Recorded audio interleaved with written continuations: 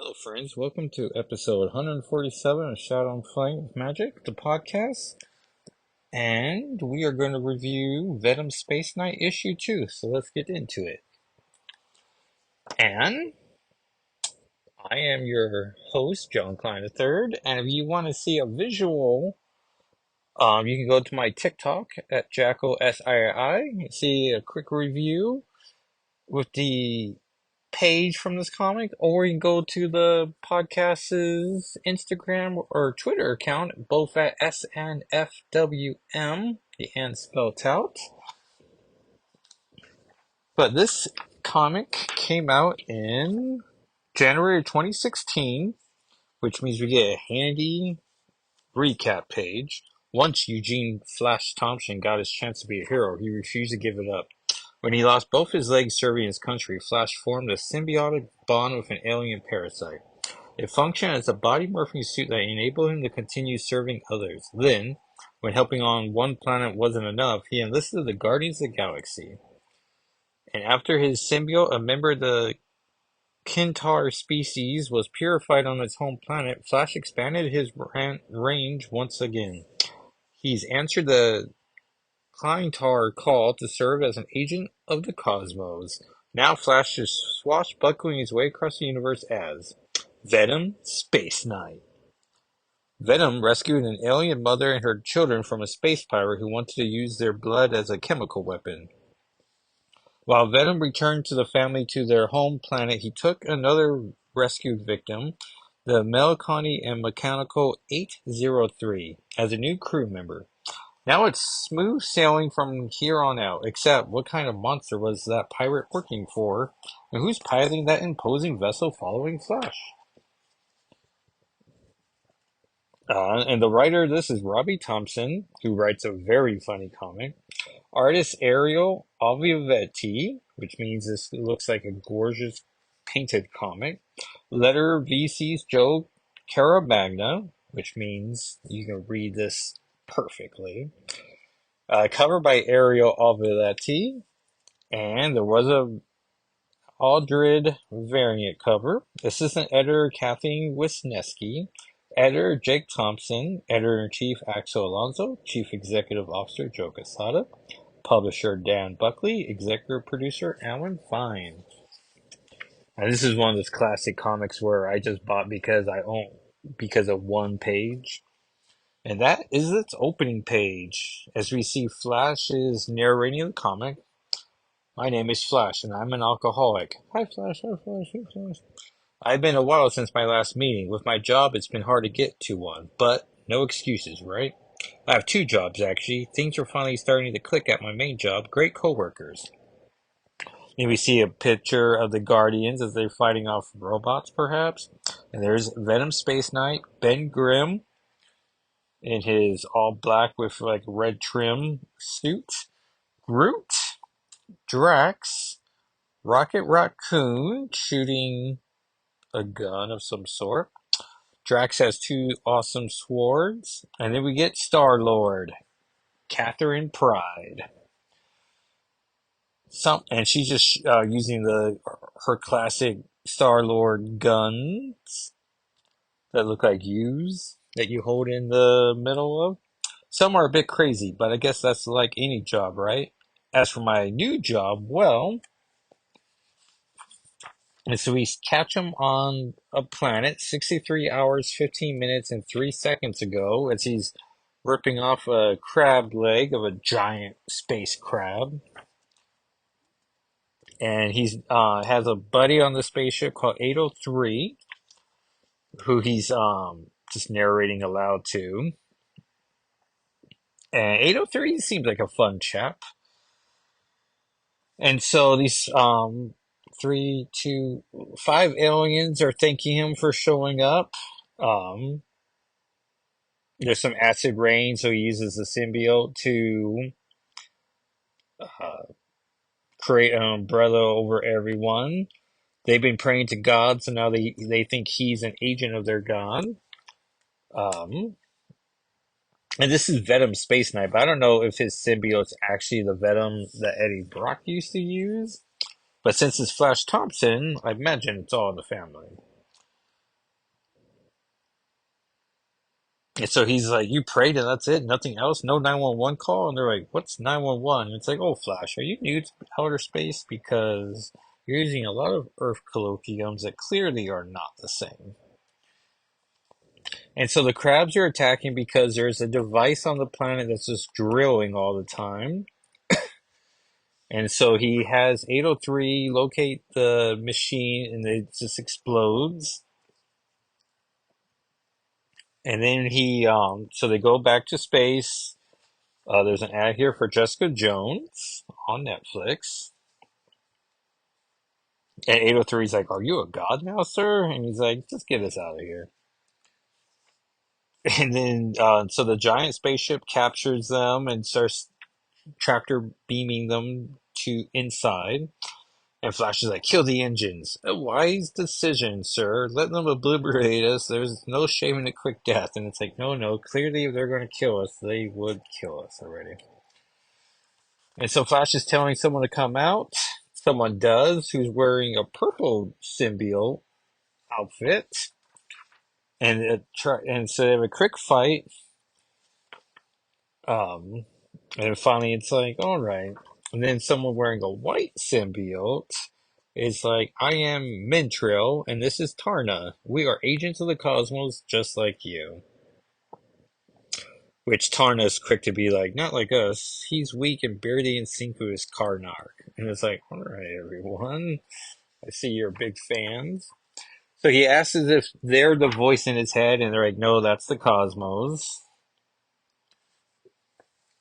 And you're the guardian of the cosmos. And he's like, "Well, that sounds like fun." And they're like, "You have a strange sense of fun, human." And it's like, yeah, kind of, he's just filling the air with words. And so, yeah, they're testing him to see if they're worthy. And Tarna is apparently his supervisor. And if he needs anything to call, and Tarna most likely will not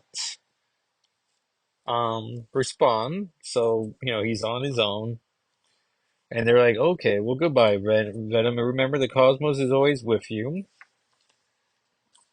And we see the fellow aliens who were at his AA meeting, so that's nice. He's not sure the black liquid is coffee, which is like, why would it be? But maybe. I mean, they have donuts. And then we click on to the aliens who had the drill, and they have a captive so they seek for their most dangerous creature in their holding cells known as Pick Rollo. And they're going to send Pick Rollo after Venom to deal with them because clearly he's a threat to their operations. And the last page says, "You want to know what happens next? Don't miss Venom Space Knight 3. And so, yeah. And imagine it's Space Knight as in Rom the Space Knight. And so, I don't know if they fight Dryer Rafts or not. Wraiths? Wraiths. Yeah. The Marvel Legends Infinite series has the Hulkbuster Iron Man suit. That's the Build-A-Figure. And the back page is Lego Avengers coming out January 2016, which is a pretty good game. Unless you like X-Men, and then you only need a Marvel Superheroes 1 game, because they don't even show up in 2. But 2 does have a Hell Cow, so that's nice. And that, everyone, is Venom Space Knight issue 2, which I bought at Hastings. Part of my subscription, apparently. And it was $3.99, as was the cover price. So that makes sense. So let's see what comics came out last week, thanks to marvel.com/comics. Um, Blood Hunters 3 with Dagger that I read a couple pages of and was like, this isn't for me. Mystique #1. Pretty solid comic. A lot of intrigue with Mystique.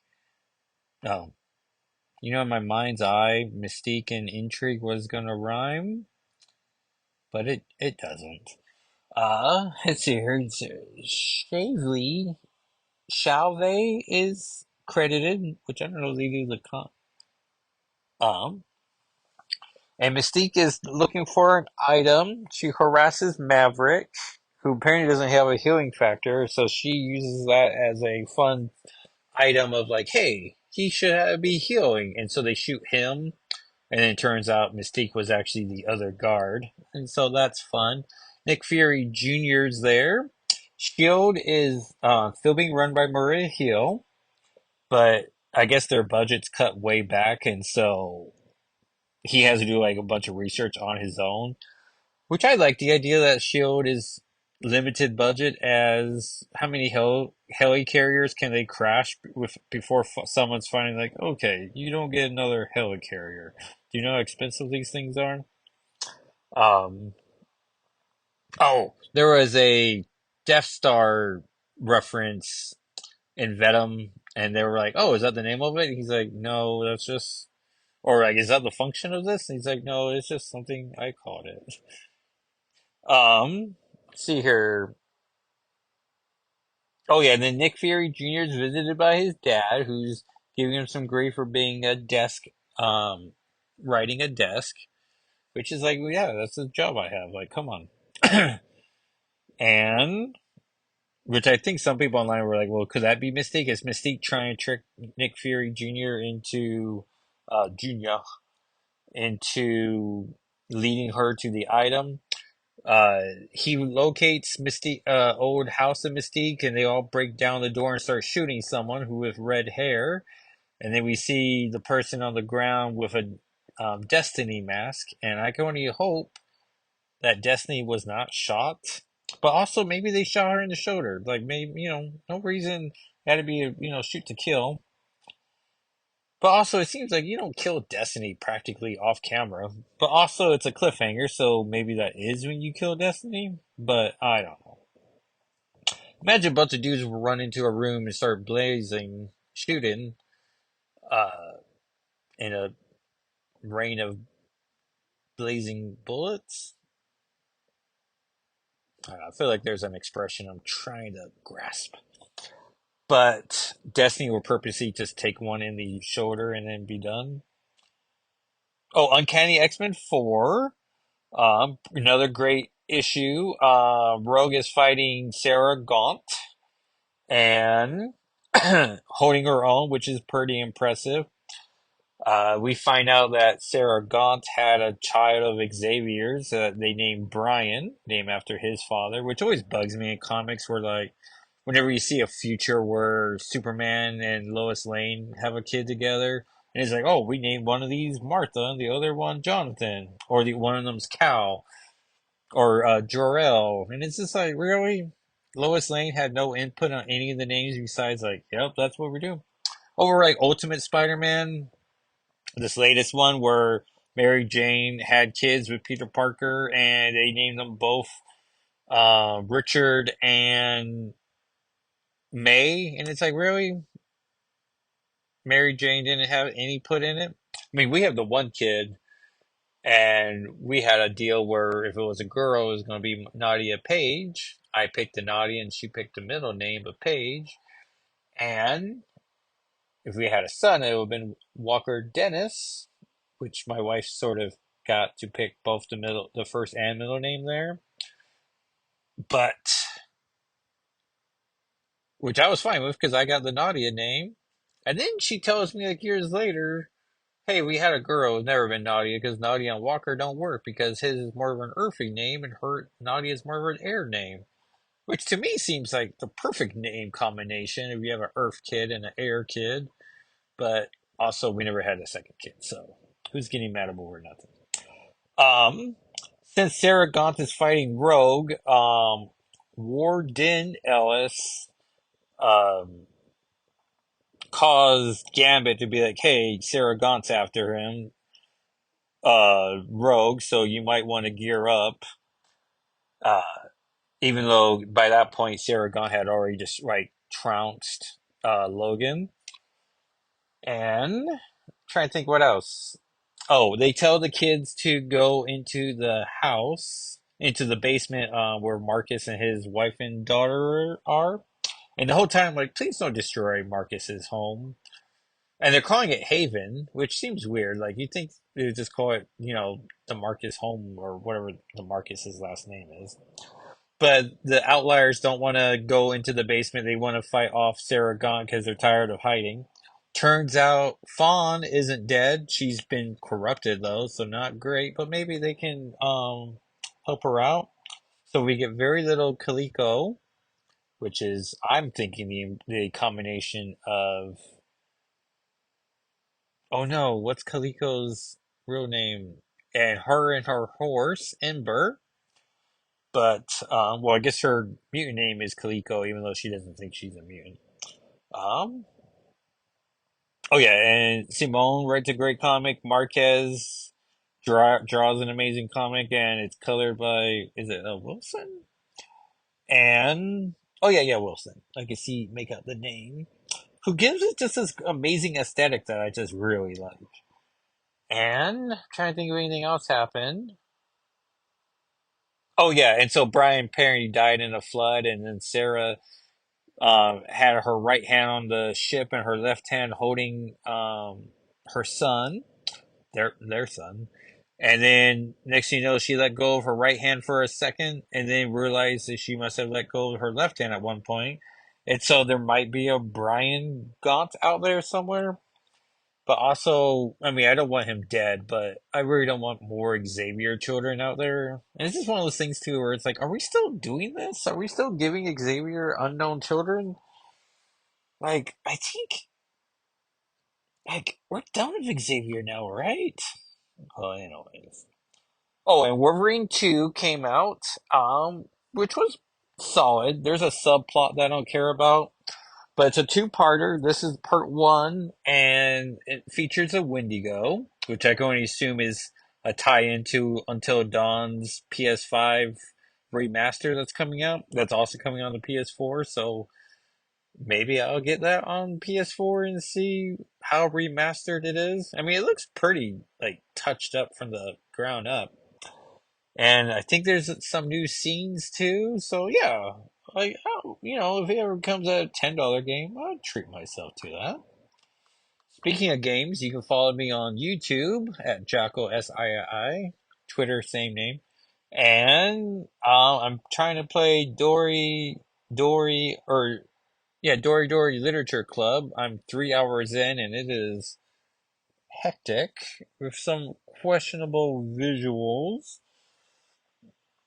And I'm trying to think. And then we're using Fortnite item shop videos. We're packing, and so not doing as much content as I would like to do. I'm 3 levels away from getting Gold Emma, and then I'd be done with the season in my heart. But I also think just after this week's weekly quest, I'll get all the weekly items in the battle pass as well. So down on that front as well. And then the season's ending on the second, so it's like yikes! It's all coming to a head. So let's see what comics come out on Wednesday that we can get excited about. Avengers 19 that has Storm on the roster, so great to see what that's about. Ooh, Dazzler 2. Apparently they're in London, and issue 1 was very fun. Iron Man 1 with Spencer Ackerman, friend of Cerebro, and um, he pretty much told Connor on Cerebro that this is as a response to how heavy the last volume Iron Man was. This is more of an Avengers book and not an X title, so it's like, all right. Scarlet Witch 5 that has Daredevil on the cover, so well, apparently it's a big Daredevil week as Daredevil is also teaming up with Spider Boy. So, all right. Um, X Factor 3, which I thought had a huge improvement on the previous issue. So sure, Havoc and Pyro are on the cover. Yeah. And looks like they're finding some tentacles. So sure. Oh, and X-Men 6. I guess this is alphabetical. Yeah, yeah. And it has Oya and Magic and that one girl they rescued from last issue. So, no, no, no, issue 4.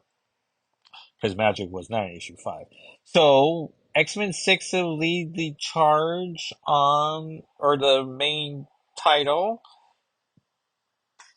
And I do have one more issue for Venom month. So,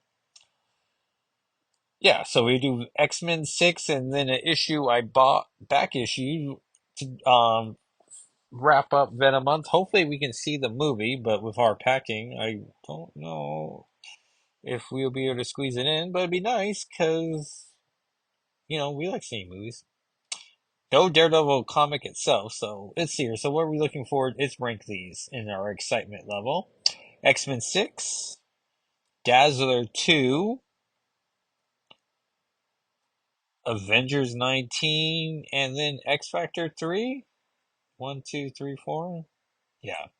The Spirit of Vengeance 2's out, but I don't know if um, Akihiro is going to be in that as a Ghost Rider. There's also Alien Romulus 1 launching, so, if you like that. And, oh hey, can the X-Men of the future save the galaxy from Conquest 2099 issue 2? Apparently Orlando is got that and Scarlet Witch coming out, so sure. So yeah, a couple of issues to look forward to. And that, everyone, was episode 147 of Shadow and Flame and with Magic. And I appreciate you, dear listener, for listening. Will you please ask a friend to listen and subscribe as we try to grow our audience, as we always do. And I will talk at you next week. All right. Thanks for listening. Bye.